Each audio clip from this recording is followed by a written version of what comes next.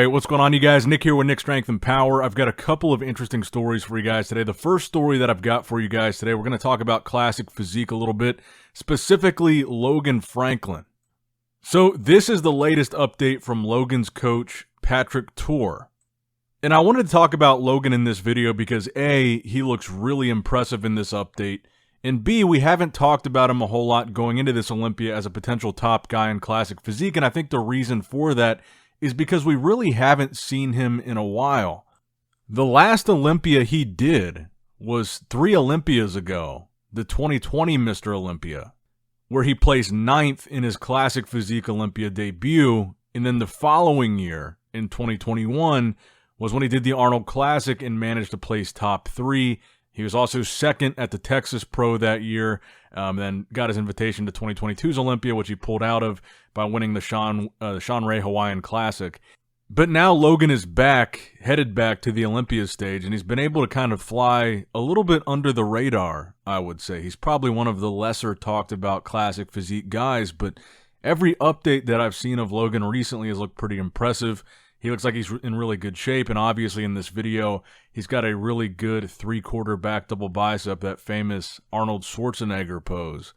And I'm very curious to see how he does here, again, because it's been so long since we've seen him up against these top guys, but also because of the fact that you've got a lot of conversation around Wesley Vissers. Obviously, every year there's a lot of conversation around Chris, but now Wesley is kind of this new tall guy that can challenge Chris, or seems to be able to.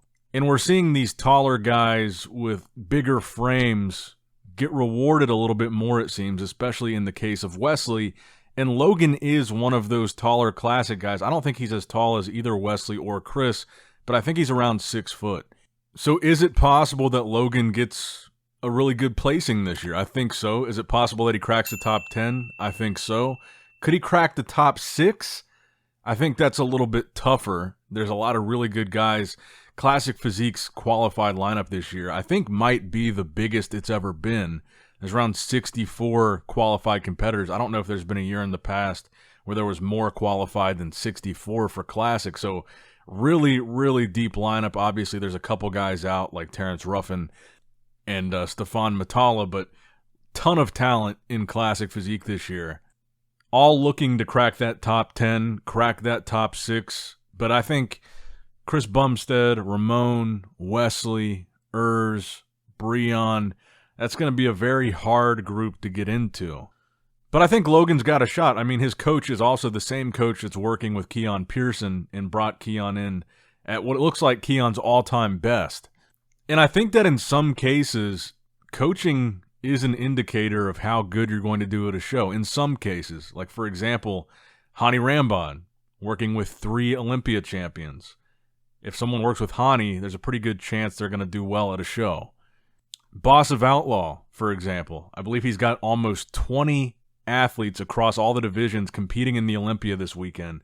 And it seems like every time he coaches a guy, they come in at their all-time best. Martin Fitzwater, Wesley Vissers, guys just constantly winning shows. So working with Patrick Tuor in Logan's case, I don't think he's going to completely miss the mark because this is a coach that has a good track record. Obviously, there has to be a good physique and some genetic talent behind a bodybuilder in addition to the coach, but I think the coach can be an indicator of is someone going to come in totally off or not. So I think we'll probably see a really good version of Logan and hopefully a really high-placing version of Logan. Now, we also got an update from another classic physique guy, and that is Breon Ansley. We haven't talked a whole lot about Breon. I feel like he's probably kind of out of the conversation for top 3 at this point. But I feel comfortable in saying he's probably going to be top 6 again. He's going to be in that mix.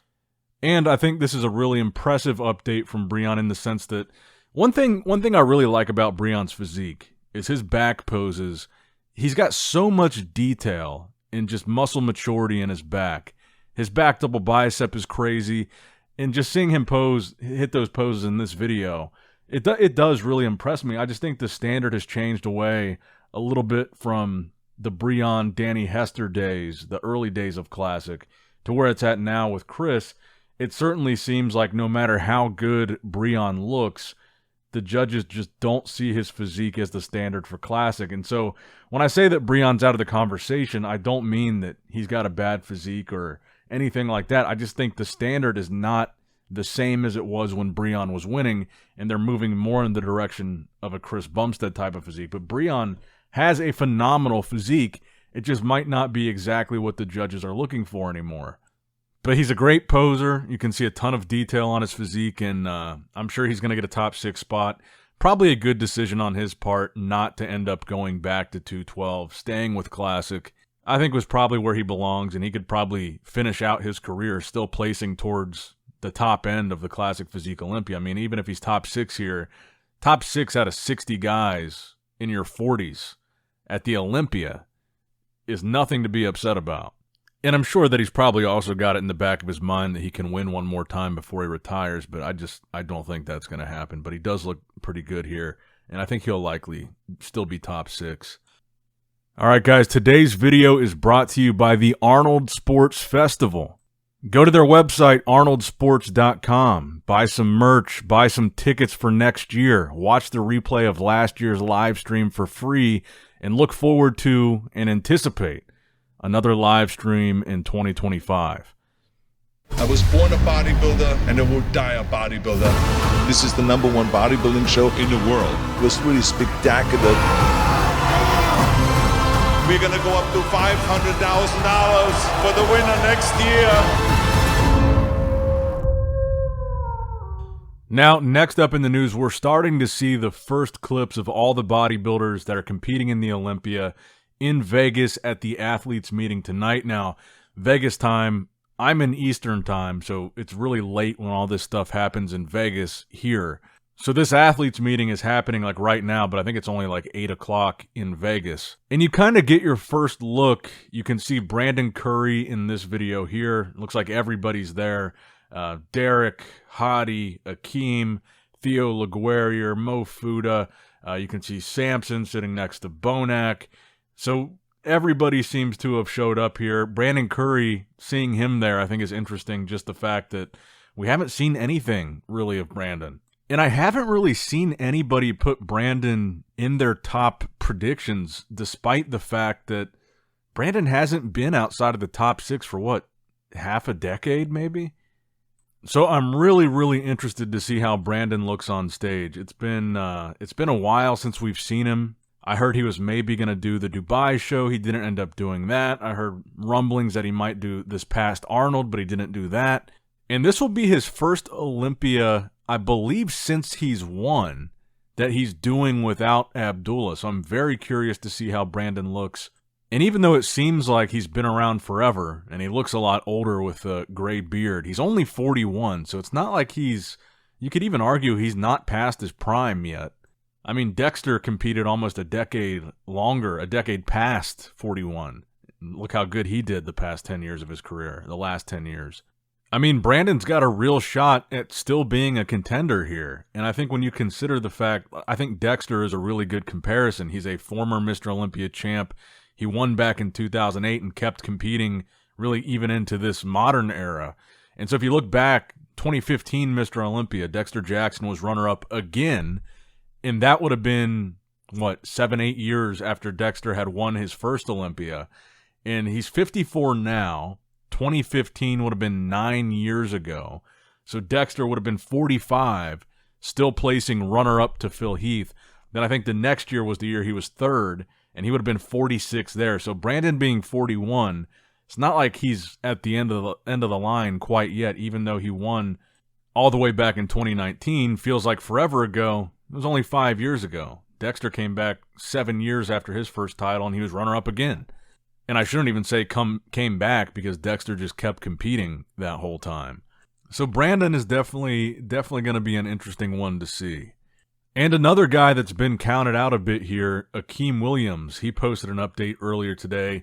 Again, though, it's from the side. He does look really impressive, really big. You can see a lot of detail.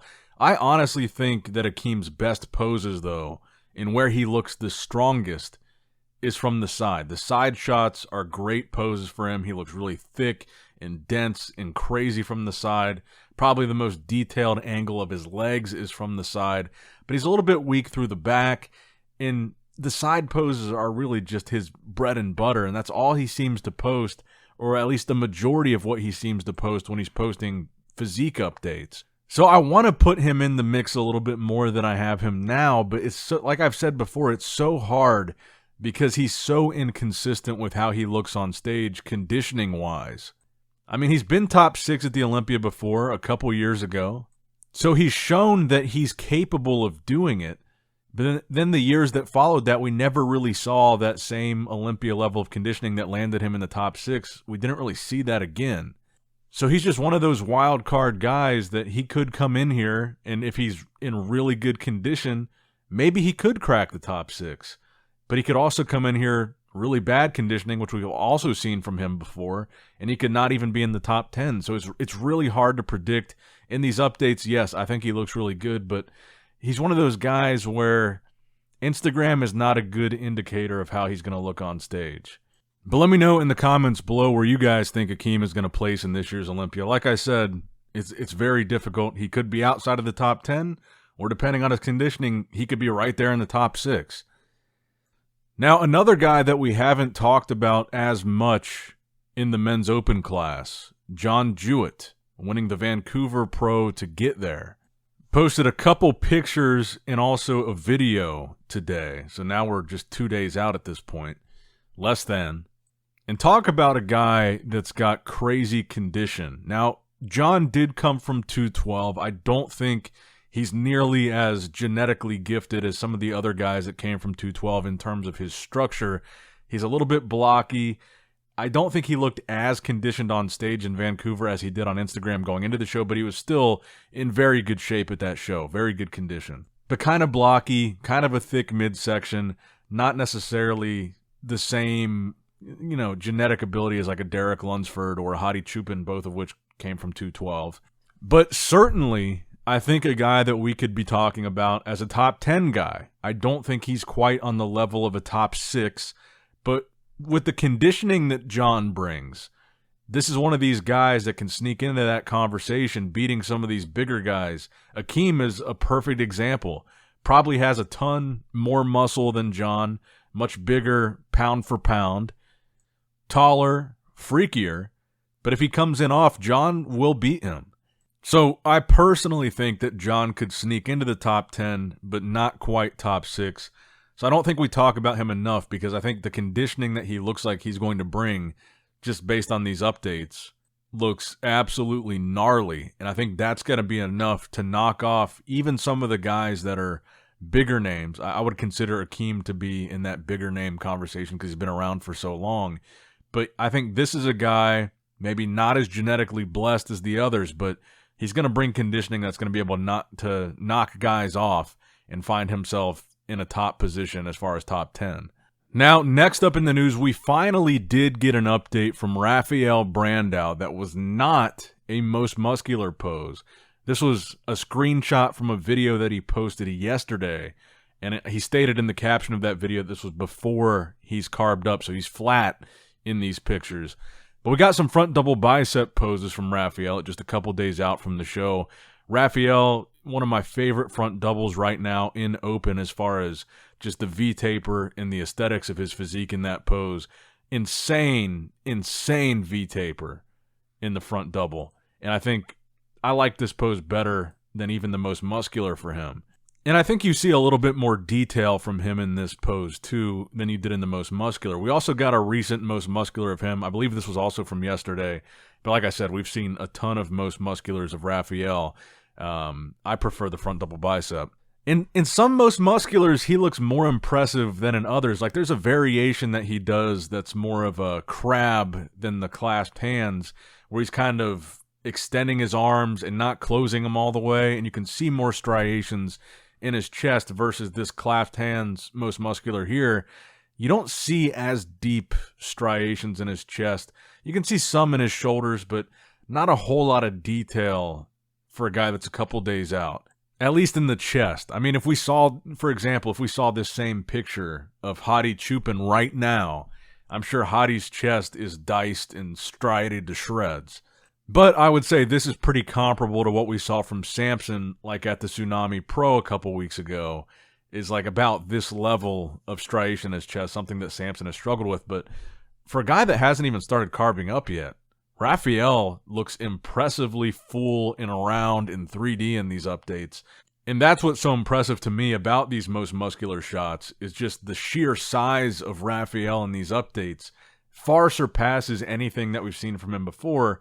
And it's not like his conditioning looks bad here. I just would like to see him a little bit more detailed. So he's in good shape and way bigger than we've ever seen him. But I'm curious if we're going to see any other poses from him, like the front double bicep. I would like to see some of his back. I don't think he's posted really any back double bicep, back let spread, any shots of his back at all. We saw a side chest, I believe, and a side tricep. But I'm curious how the back is looking, the hamstrings, the glutes. We haven't really seen any of that, just kind of his power shots, front double and most muscular. Now, next up, I also wanted to share this with you guys. Behrouz Tabani, who unfortunately did not get his visa. He won't make it to the Olympia again this year, despite qualifying. This is now the third year in a row he has not been able to get his visa, but he posted a physique update. His current shape right now, the week of the Olympia, and of course, his conditioning looks incredible. He's in fantastic shape. And arguably one of the more impressive updates that we've seen this week from a lot of these guys. I mean, he looks fantastic. And I just wanted to include this in this video because I really do think it's such a shame that we don't get to see Behrouz on the Olympia stage. For whatever reason, this visa thing isn't happening. It doesn't seem to be, it's not like he has any legal issues or anything that we know of. It's just like bureaucratic bullshit and red tape just because of where he's from. But you can't help but look at his physique here and just say, man, it would be so nice to see this guy on the Olympia stage. He looks great. So just wanted to include that briefly. I feel bad for him that he's not able to get there and compete. But that's going to wrap it up for the video today, guys. I hope you did, in fact, enjoy it. And I'll see you guys tomorrow. I'm sure there's going to be some interesting stuff to discuss after the press conference, which is tomorrow at noon, Vegas time. So, as always, make sure you like the video, subscribe to the channel, click that bell notification icon if you have not already. And as always, I love you guys, appreciate you guys. Nick Strength and Power, signing out. Alright guys, don't forget to click that like button and subscribe to this channel if you enjoy the content. Also check out my Instagram at NickStrengthPower. My Facebook page, which is simply Nick Strength and Power. My secondary YouTube channel, Nick Strength and Vlogs, for vlogs and bonus content that you will not see on this channel. And consider subscribing to my third YouTube channel, Nick Strength and Pokemon, which is all things Pokemon and trading card games, completely unrelated to this channel. So if you're into that, give that one a look. And all links to merchandise and social media will be in the description box below. If you guys want a Nick Strength and Power t-shirt, that will be in the Shopify link below. Have a great day.